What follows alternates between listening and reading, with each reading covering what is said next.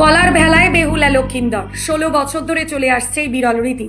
দূর থেকে দেখলে মনে হবে কলা গাছের ভেলায় স্বামীর নিথর দেহ নিয়ে ভেসে চলেছে বেহুলা, কিন্তু একটু কাছে গেলেই পরিষ্কার এটি বাস্তব নয়, বরং বাংলার পুরাণ কথাকে ঘিরে চলে আসে এক অভিনব ধর্মীয় রীতি।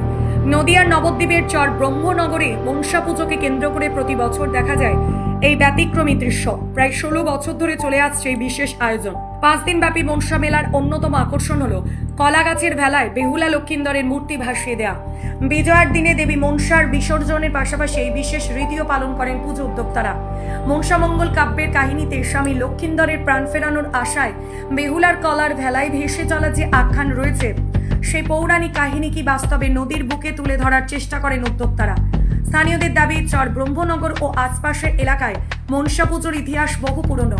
একসময় সাপের উপদ্রব ও সাপের কামড় থেকে রক্ষা পাওয়ার আশায় ঘরে ঘরে মনসা দেবীর আরাধনা করা হতো।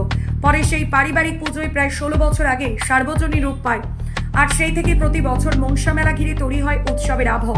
গঙ্গা তীরবর্তী এলাকায় হয় ভেলায় মূর্তি ভাসানোর এই রীতিও সম্ভব হয়। তবে উদ্যোক্তারা স্পষ্ট জানিয়েছেন, এর পেছনে কোনো অলৌকিক স্বপ্নাদেশের দাবি নেই।